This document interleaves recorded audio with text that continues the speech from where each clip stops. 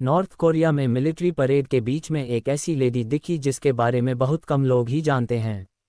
वह है north Korea के सुप्रीम लीडर किम जोंग की इकलौती और छोटी बहन जिसका चेहरा भोला वाला है, पर ये दुनिया की सबसे खतरनाक लेडी के नाम से जानी जाती है। किम यो जोंग, इनका जन्म 1987 के आसपास में हुआ, लेकिन यूएस ट्रेजेडी के मुताबिक उनका जन्म 26 सितंबर 1989 में, परंतु साउथ कोरिया एक्सपोर्ट्स इन्हें 1987 की पैदाइश बताते हैं। असली डाटा कोई भी यकीन से नहीं बता सकता है, पर यह बात कन्फर्म है कि यह किंग जॉन की सबसे छोटी बहन है और किम योंग इल और किम की वाइफ की 3 बच्चे हैं। किंग जोंग चोल, जिनको पॉलिटिक्स में बिल्कुल इंटरेस्ट नहीं है, वह एक म्यूजिशियन है। दूसरे नंबर पर है किम जोंग उन, जो नॉर्थ कोरिया के सुप्रीम लीडर है, और तीसरे नंबर पर किम योंग जोंग, दोनों भाइयों की एक इकलौती बहन। इन्होंने अपना बचपन लग्जरी स्टाइल में बिताया, साथ ही इन्हें कभी भी दुनिया के सामने नहीं लाया गया। इनको दुनिया के सामने पहली बार 2011 में लाया गया, वह अपने पिता के फ्यूनरल पर अपने भाई के साथ खड़ी देखी गई। वैसे तो इन्हें कोई जानता नहीं था, पर समझने वालों के लिए ये काफ़ी था कि अब वह पावर के इनर सर्कल में आ चुकी है। उसके बाद किम यो जोंग अपने भाई के लिए हर समय खड़ी रही। जब किम जोंग उन ने अपनी हुकूमत के रास्ते में आने वाली हर रुकावट को बेरहमी से हटाना शुरू किया। उनको हर मीटिंग, हर सेरेमनी में सुप्रीम लीडर के आसपास देखा गया।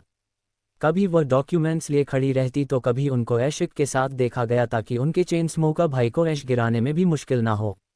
दुनिया इन्हें एक असिस्टेंट के तौर पर देख रही थी, एक ऐसी बहन जो सिर्फ भाई की मदद कर रही है, पर हकीकत इससे काफ़ी ज़्यादा खौफनाक थी। इस अलायंस की असल वजह जानने के लिए कुछ साल पीछे चलते हैं। 90 के दशक में किम जोंग इल ने अपने बच्चों को यूरोप भेजा था ताकि वह वहाँ अच्छी एजुकेशन हासिल कर सकें। किम यो जोंग को 1996 में स्विट्ज़रलैंड के बर्न शहर के एक स्कूल में भेजा गया, जहां वो एक फर्जी नाम के साथ पढ़ती रही। कुछ टाइम बाद इनको ज्वाइन किया किम जोंग उन ने। अब दोनों बहन भाई एक ही स्कूल में पढ़ने लगे और दोनों फेक नाम के साथ रजिस्टर्ड थे। किम जोंग उन का फर्जी नाम पाक उन रखा गया, जबकि बहन किम यो जोंग पाक मी हयान के नाम से रजिस्टर्ड थी। स्विट्ज़रलैंड में यह आम कोरियन बच्चों के तौर पर जाने जाते थे, लेकिन असल हकीकत कुछ और ही थी। ये दोनों बहन भाई शहर के एक आम से अपार्टमेंट में रहते थे, पर इस अपार्टमेंट को नॉर्थ कोरियन ऑफिशियल्स हर वक्त मॉनिटर करते थे। इनके साथ रिश्तेदार भी रहते थे और अंडरकवर बॉडीगार्ड्स की एक टीम भी। किम जोंग के क्लासमेट्स ने बताया कि अपार्टमेंट में बास्केटबॉल प्लेयर्स की फोटोज लगी थी, जो कि शायद किम जोंग उनका शौक था, लेकिन किम यो जोंग को उस वक्त भी काफ़ी हिफाजत में रखा जाता था। कई साल तक इन्होंने कोरियन बच्चों की एक्टिंग की, लेकिन असल में उनके पीछे पूरी स्टेट मशीनरी काम कर रही थी। 2000 में किम यो जोंग वापस नॉर्थ कोरिया आ गई। 2007 में उन्होंने प्योंगयांग की किम इल सिंग यूनिवर्सिटी से कंप्यूटर साइंस की डिग्री हासिल की और इसी साल गवर्नमेंट की वर्कर्स पार्टी में एक जूनियर रैंक भी अपने नाम कर लिया। पहली बार इनको अपने फादर के फ्यूनरल में 2011 में देखा गया। उसके फ़ौरन बाद 2012 में इनको नेशनल डिफेंस कमीशन में टूर मैनेजर के तौर पर चुना गया। यह कोई मामूली पोस्ट नहीं थी। इनके पास जिम्मेदारी थी, वो भी अपने भाई के ट्रैवल की। किम जोंग उनको कहाँ जाना है, किस रूट से जाना है, कब जाना है और साथ में क्या क्या जाएगा, ये सब किम यो जोंग ही मैनेज करती थी जब वो सिर्फ 23 साल की थी। यहाँ तक कि किम जोंग उनकी सिक्योरिटी को भी यही प्लान करती थी।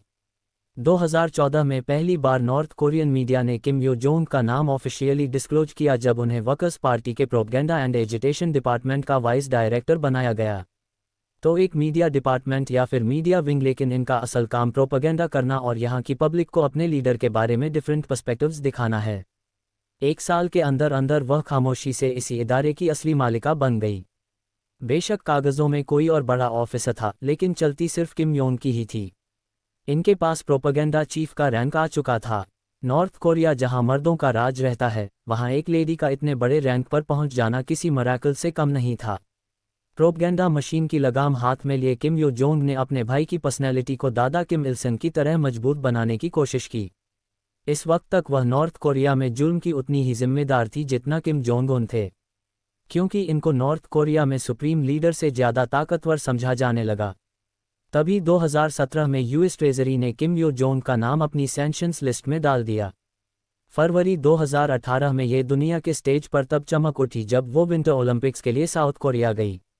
विंटर ओलंपिक्स को साउथ कोरिया ने दुश्मनी खत्म करने के लिए इस्तेमाल किया और नॉर्थ कोरिया को भी दावत दी। 1953 की कोरियन वॉर के बाद ये पहली बार था कि नॉर्थ कोरिया के शाही खानदान का कोई फर्द पहली बार साउथ कोरियन जमीन पर कदम रखेगा। इस हिस्टोरिकल मोमेंट पे किम जोंग उन की जगह उनकी बहन गई। स्पेशल जहाज जब साउथ कोरिया के प्योंगचैंग में उतरा तो ये दुनिया की मीडिया के लिए एक शॉक करने वाला मंजर था। इस मौके पर किम यो जोंग ने दुश्मनी में भी दोस्ती की शानदार एक्टिंग की और उनकी मुस्कुराहट मीडिया की अटेंशन बन बैठी। उन्होंने नॉर्थ कोरिया का एक सॉफ्ट इमेज दिखाया, साउथ कोरियन लीडर्स के साथ डिनर किए, उनको अपने भाई का सीक्रेट लेटर दिया। दुनिया को यह मैसेज गया कि शायद अब दुश्मनी खत्म हो गई है। लेकिन एक्सपर्ट्स का मानना है कि यह सब एक ट्रैप या प्रोपगेंडा का हिस्सा था। इसके बाद 2018 और 2019 में वह अपने भाई के साथ हर इंपॉर्टेंट मीटिंग में पाई गई। चाहे साउथ कोरियन के मून जय इनका हिस्टोरिक समिट हो या यूएस प्रेसिडेंट डोनाल्ड ट्रंप से मुस्कुराहट भरी मुलाकात, हर जगह वो साए की तरह किम जोंग उनके पीछे पाई गई, ये यकीन बनाते हुए कि हर तस्वीर और हर खबर में बड़े भाई का इमेज फ़ायदेमंद रहे। 2019 के आखिर तक अमेरिका के साथ न्यूक्लियर टॉक्स नाकाम हो चुके थे। इस नाकामी का मलबा शायद किम यो जोंग पर गिरा और उन्हें खामोशी से पॉलिटिकल ब्यूरो से बाहर कर दिया गया। दुनिया ने समझा कि शायद बहन का असेंशन खत्म हुआ, लेकिन ये तो सिर्फ तूफान से पहले की खामोशी थी। अप्रैल 2020 में एक स्ट्रेंज फेसियस हाल पैदा हुई। डिक्टेटर किम जोंग उन अचानक लोगों के सामने से गायब हो गए।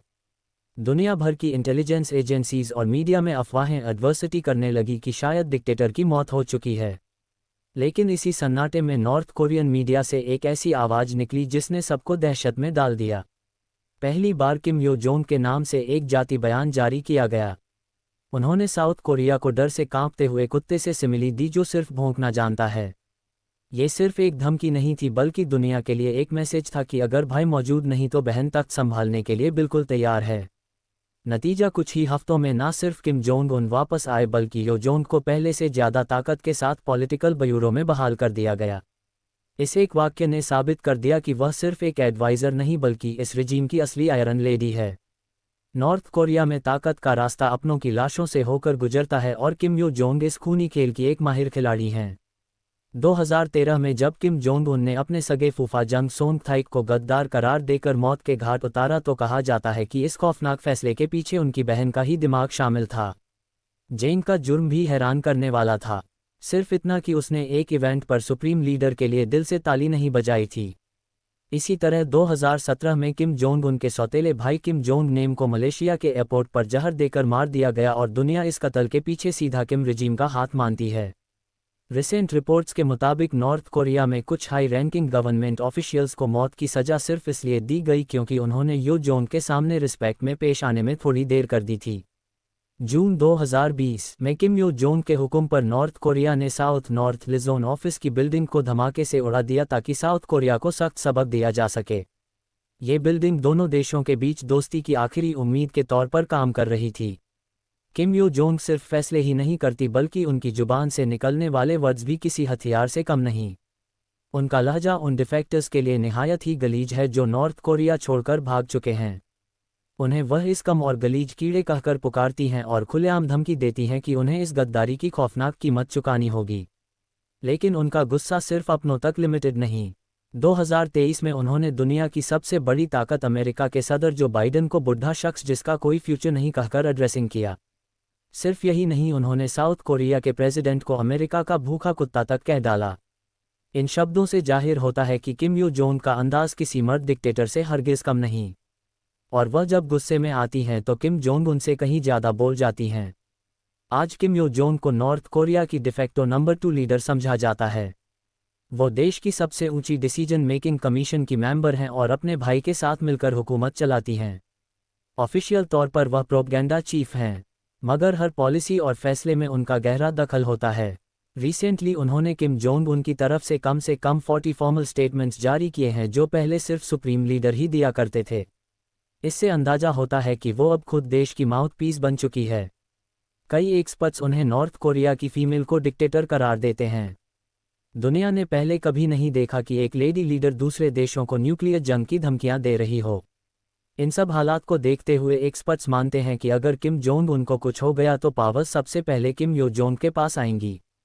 नॉर्थ कोरिया से फरार एक डिप्लोमेट था योंग हो कहते हैं कि अगर किम जोंग उन अचानक मर गया तो रूल्स के मुताबिक नई लीडरशिप यो जोंग को ही मिलेगी।